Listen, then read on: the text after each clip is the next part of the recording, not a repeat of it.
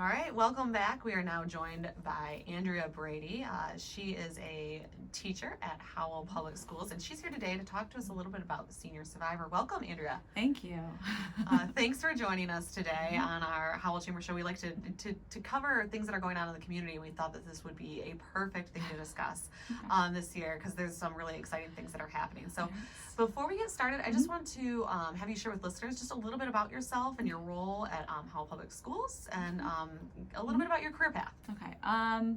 Andrea Brady. I went to Michigan State for secondary education and math, and I got hired out of Michigan State right away in 2006, and I've been at Howell High School ever since teaching math. In 2008, I started becoming a student council advisor, and that's how my role in Survivor came to be. I'm one of 4 student council advisors. We rotate through the grades, and we all work together on this project. Awesome. That's exciting. What made you want to go to school to teach? I don't know. I just think I liked being in high school. I had some good high school teachers. I went to North Farmington High School, and I had a teacher there who I just told him, I was like, one day I'm going to be you. And so that's just kind of what I wanted to do. I liked being in high school. I don't know.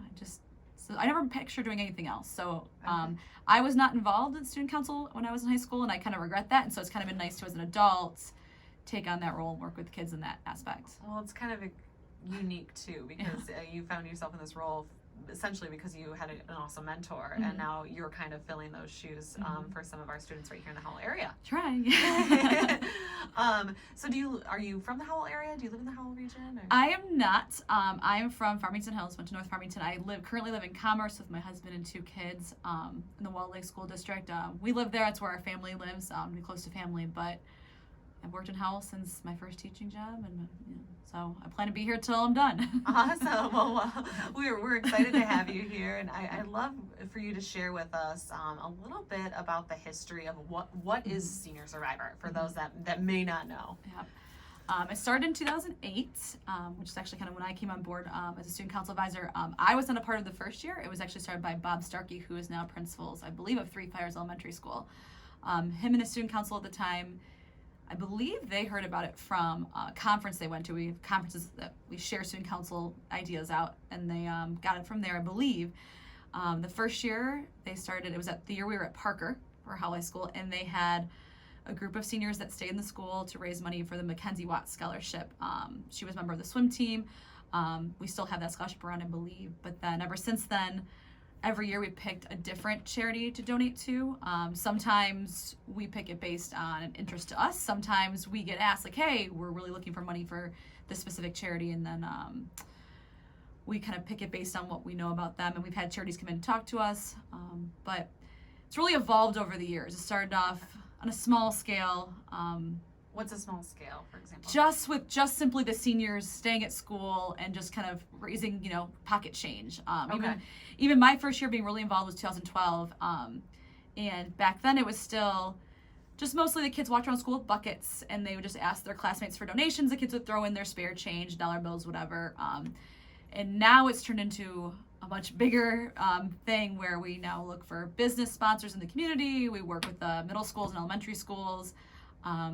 We just try to make it now very wide across the community. Okay. So what are some other projects or nonprofits or things that you guys have done? Gosh, we've done a ton. We've done the Rainbow Connection one year where we granted wishes for kids throughout Michigan, kind of like Make-A-Wish, but through Michigan. I actually believe one of the years was full on Make-A-Wish. We've done the Foundation for Suicide Prevention. We've done the National Alliance for Mental Illness. We've done Friedreich's ataxia research. I'm going to blank on all of them now. So, and then it's all student driven, correct? Yes. So yes. Can you talk a little bit about the student role? And we're actually going to have some students on as well to talk about that perspective. But just real quick as an overview. The students, we try to get them involved as much as we can in terms of, like I said, if in some years we get them involved in the selection process. Other years where if there's a reason that we're going to be doing a specific project, we get them involved in the kind of the education and promotion. Like this year was really important that we educated them on what an inclusive playground was and how we were going to go about doing this so that they could then educate the people that they were asking for money from. So we just really try to make sure that these students, they know what they're raising money for, why they're doing it, and what the outcomes will be. Because we think that's the most important part, is that they know what the money's going to be used for and why it's important. Oh, yeah, absolutely. Absolutely. And I think, too, just that experience of interacting and educating and being able to make that ask is huge. Yeah.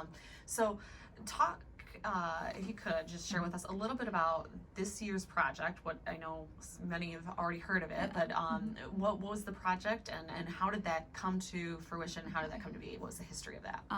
In the fall of 2019, actually, we have a teacher who was an elementary school teacher in Howell. She's no longer with us. She has a different job now, but she has a student or a son who has a disability, and she said, hey, you know what?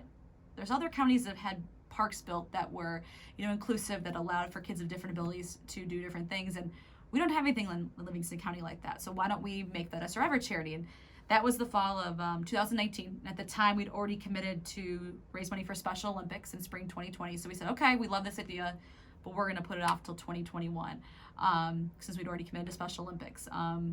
COVID happened, obviously things changed a little bit, but we still, pushed through with our plan.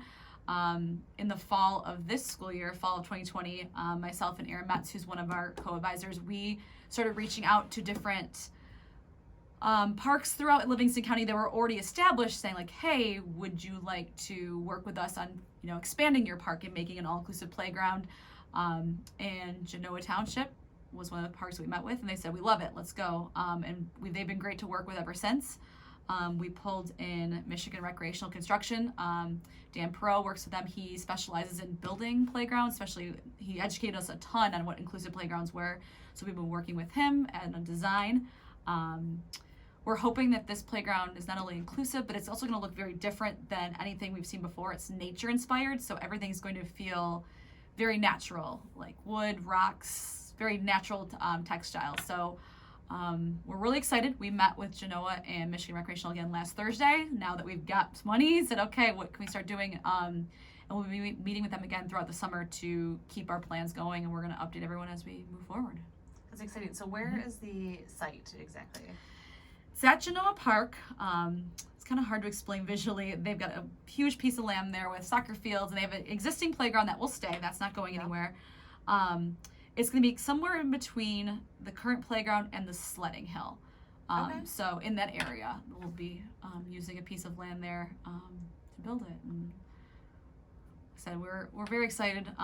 It is all very exciting. Yes. Not sure exactly when it's going to start yet, but we'll hopefully know soon. So real quick, I just am curious, what you said you've learned a lot about inclusive playgrounds. What exactly is an inclusive playground?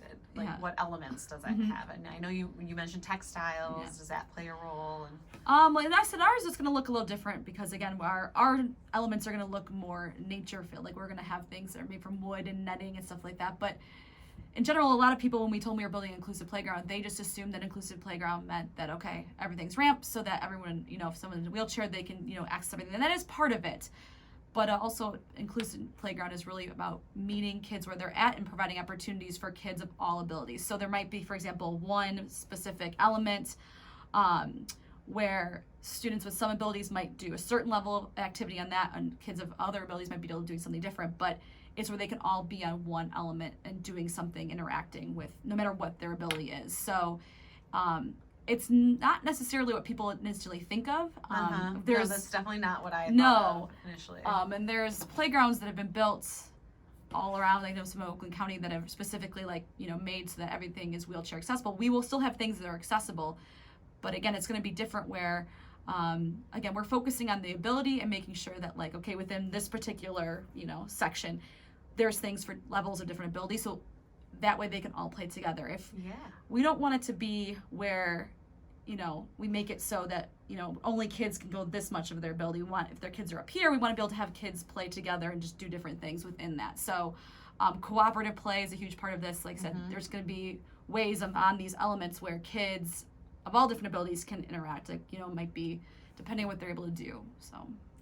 Wow, that's really, really unique. What an incredible project. And kudos to you and the students for getting this all accomplished. It's outstanding. And it will be such an asset to our community, that's for sure. But I am also curious on, like your perspective on this, and when like what goes into it from you, from your end, and how do you support it, and then like why? What's your why? Oh gosh, my why, I just think I want to be able to leave here one day, especially I know that kids are on the same boat, that we provided something to the community that is something that we could see, feel, touch. Like the last 13 years of Survivor, we've always given money to a charity, and we've written a nice check, and we've watched that money go away. And we haven't always seen where it's gone. Like we know, we hear from them, we can see like it goes to research or goes to this or that, but this is totally different. So like our why this year was like, we're gonna leave something that we can actually come visit in Livingston County and see and take our kids to, and these kids one day when they have kids, hopefully it'll still all be intact and good shape, they can bring their own kids. But it's definitely, this is way bigger project than we've ever tackled. I said normally this week I'd be writing a check and mailing it off and saying thank you guys. Yeah. And now it's like almost like our work is just beginning. And it's going to take a little while.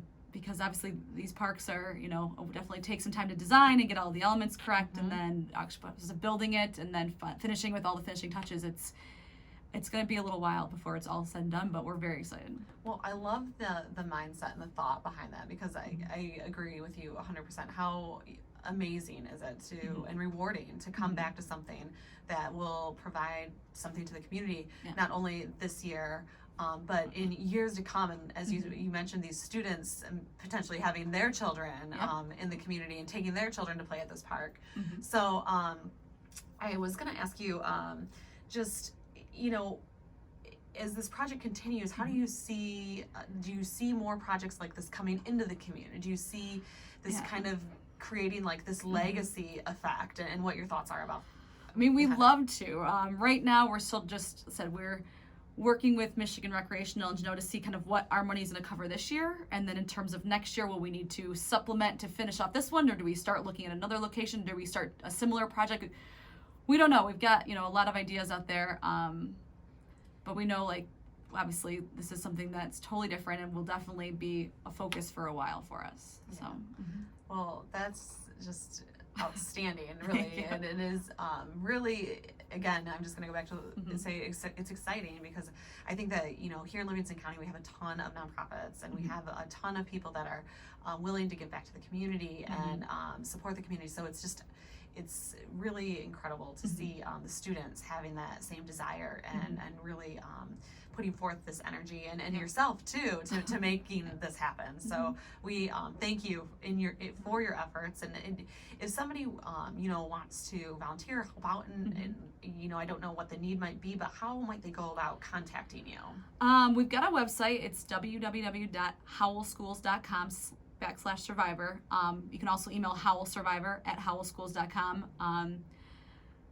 We can use anything. Like I said, we actually, since we closed out our finale, it's been 10 days now, checks are still rolling in. We've got people contacting us about ideas for elements in the park. So, I mean, we'd love to hear from people if they want to be a part of it or if they have ideas. Obviously, we've got to take everything into consideration, but we'd love to hear from community members that have interest in being a part of it. So awesome. Well, thank you, Andrea, and we'll hear from the students up next. All right, thank you.